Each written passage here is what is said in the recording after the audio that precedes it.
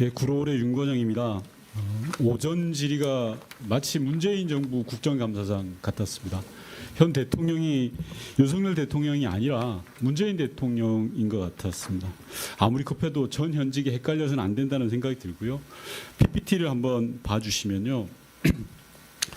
검경 수사권 조정이 이루어지면서 국민적인 바람이 있었습니다. 그리고 김상용 청장의 메시지를 남겨놨는데요.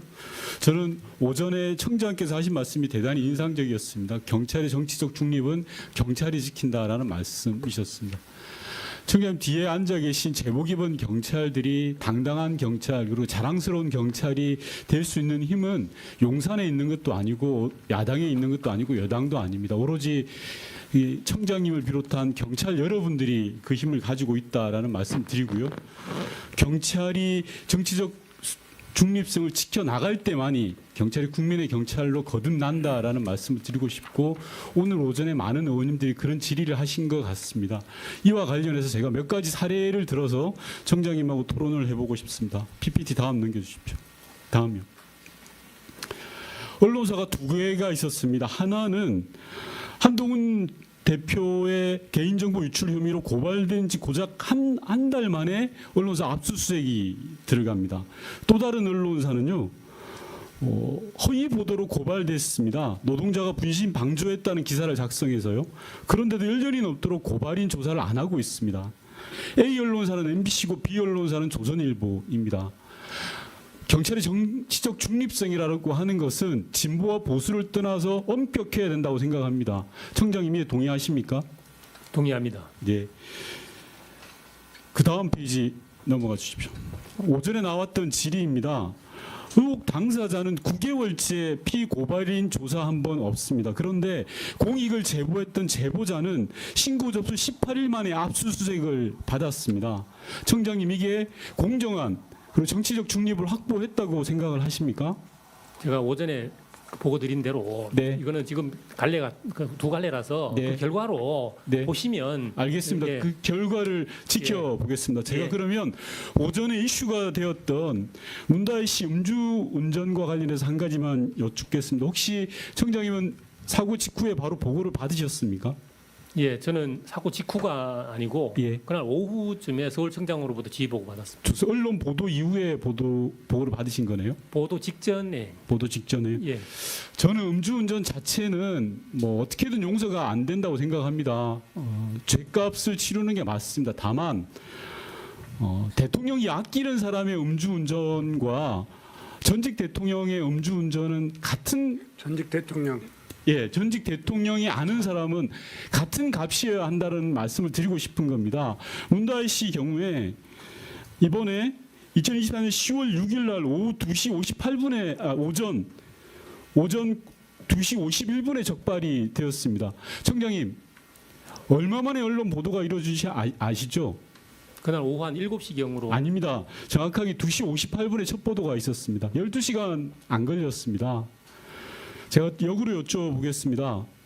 용산 대통령실의 선임 행정관, 소위 말하는 윤석열 대통령이 아끼시는 분은 언론 보도까지 40여일이 걸렸습니다. 제가 모두에 말씀드린 것처럼 음주운전을 방어하거나 그 죄를 면하자라고 말씀드리는 게 아닙니다. 제가 지금 이번 시간에 말씀드리는 건 경찰의 정치적 중립입니다. 경찰이 혹여나 전직 대통령이라고 해서 비사실을 흘리는 것 있을 수 있습니까, 청장님? 그거는 말도 안 되는 일입니다. 말도 안 되죠. 그런데 전직 대통령의 지인은 12시간 만이고 현직 대통령의 지인은 40여일이라고 하면 일반 국민들이 믿겠습니까? 그 공교롭게 그렇게 되긴 했는데 공교롭다니요. 그게 절대 공교롭지 않죠. 제가 그래서 드리는 말씀이 경찰의 정치적 중립성을 제대로 지켜나가자라는 말씀을 드리는 겁니다.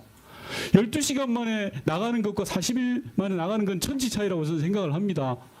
다시 본 질의로 돌아오겠습니다. 다음 PPT 봐주십시오.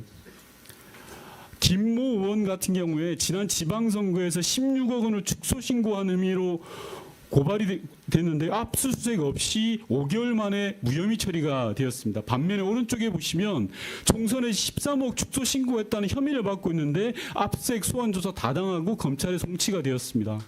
자, 이게 공정한 수사인가요, 청장님? 이거는 자, 다음 넘어가겠습니다. 왼쪽을 봐주십시오. 선거운동 기간 기자들 대상으로 식사와 술을 제공했다는 혐의로 공직선거법과 기부행위로 조사를 해야 되는데 7개월 동안 압색 소환조사 단 한 번도 없이 불송치를 했습니다. 그리고 오른쪽을 봐주십시오. 경선 기간 동안 국회의원 전원직 배우자 3분과 함께 식사를 제공해서 기부행위에 위반한다고 해서 129곳을 압수수색을 했습니다. 그리고 수차례 소환 조사를 했고요. 결국 검찰에 송치되었습니다. 왼쪽에 있는 후보는 윤석열 대선 후보고요. 오른쪽에 있는 후보는 이재명 후보 배우자입니다. 이렇다 보니 국민들은 경찰의 정치적 중립을 대한 의구심을 갖는 겁니다. 다음 PPT 봐주십시오. 앞서 여러 의원님 지적하셨습니다. 김건희 여사, 임성근 전 사장장, 대통령의 장모 최은순 씨 모두 불송치 결정이 났습니다. 이 한 건 한 건 일일이 제가 말씀드리지 않겠습니다. 이런 걸 보고 많은 국민들이 대한민국 경찰이 제대로 설 수 있나, 권력에 기대지 않고 올바르게 설 수 있냐라고 의구심을 갖는 겁니다. 다음 PPT 봐주십시오. 경찰대 치안정책연구소 발표 자료입니다. 시민들 대부분 경찰을 존경하지 않는다고 53%입니다. 관계가 좋지 않다고 58%입니다. 존경한다라는 것은 12.7%입니다. 이 빨간색과 푸른색을 뒤바꿔 놓는 게 청장님의 임무입니다. 그렇지 않습니까? 그렇습니다. 자, 그렇다면 계속 제가 말씀드린 것처럼 경찰의 정치적 중립성, 오 전 청장님 발언을 믿겠습니다. 청장님부터 해서 이 자리에 계신 모든 경찰 간부가 몸으로 보여주셔야 됩니다. 마지막 PPT 보여주시면요.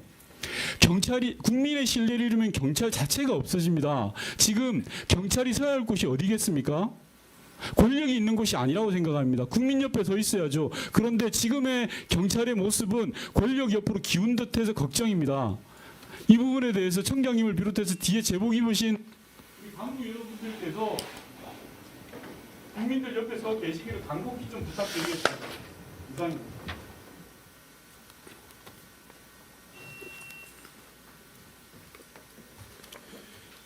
청장님, 예. 윤건영 의원의 질문 마무리하면서 그 질문 시간이 끝났습니다만은 청장님과 국가수사본부장님 두 분은 좀 답변을 해주시기 바랍니다.